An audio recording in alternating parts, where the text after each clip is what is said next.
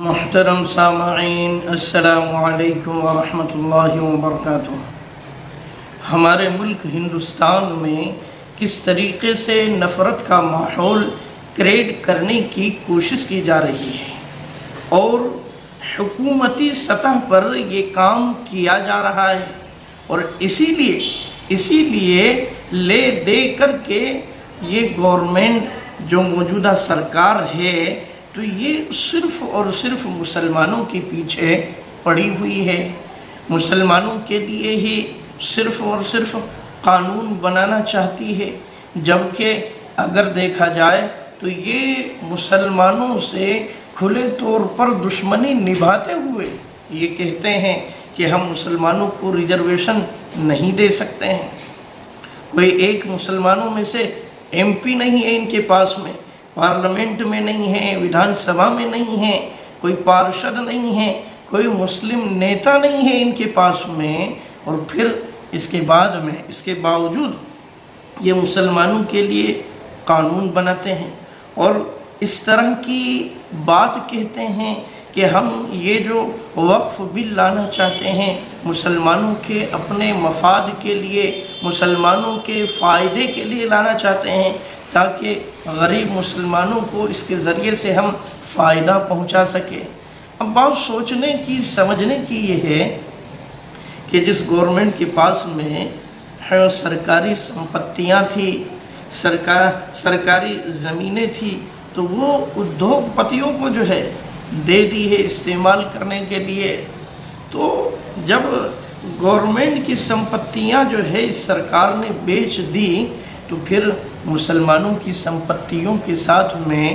وقف بل کے نام پر یہ کیا کچھ نہیں کر سکتے ہیں۔ بات سوچنے کی ہے، سمجھنے کی ہے۔ اور پھر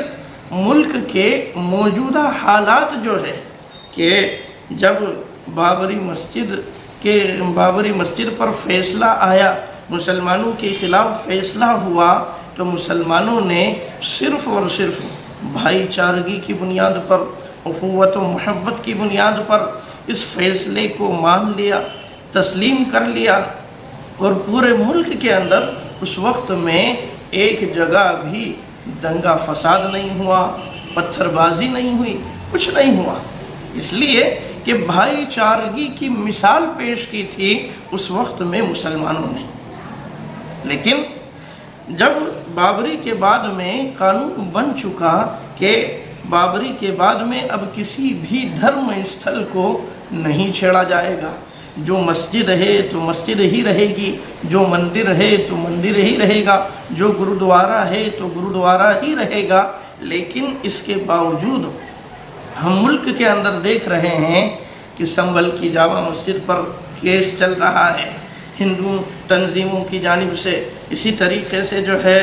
اور بھی دیگر مسجدیں ہیں کہ جن کے بارے میں جو ہے ووادت بیانات دیے جا رہے ہیں، ووادت باتیں کہی جا رہی ہے ہندو تنظیموں کی جانب سے۔ تو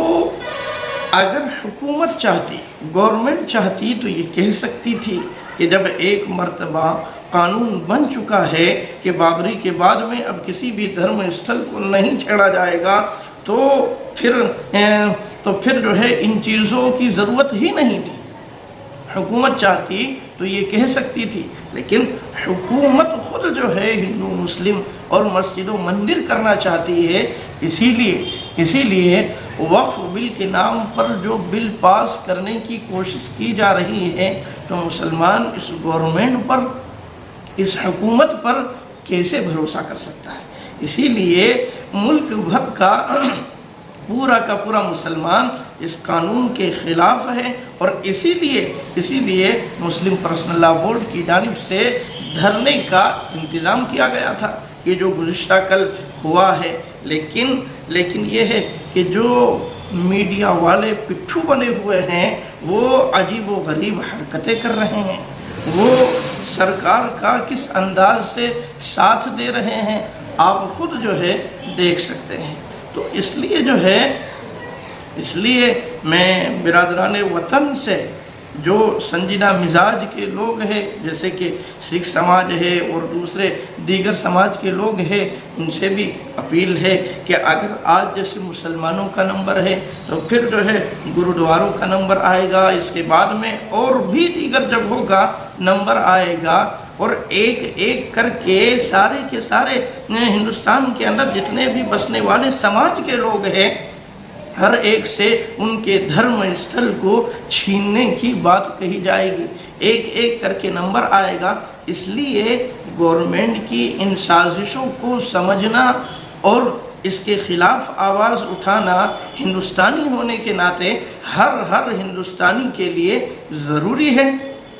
ہم اللہ سے دعا کرتے ہیں کہ اللہ تعالیٰ ملک کی شریروں کے شر سے اور فتین کے فتنوں سے حفاظت فرمائے۔ وما توفیقی الا باللہ۔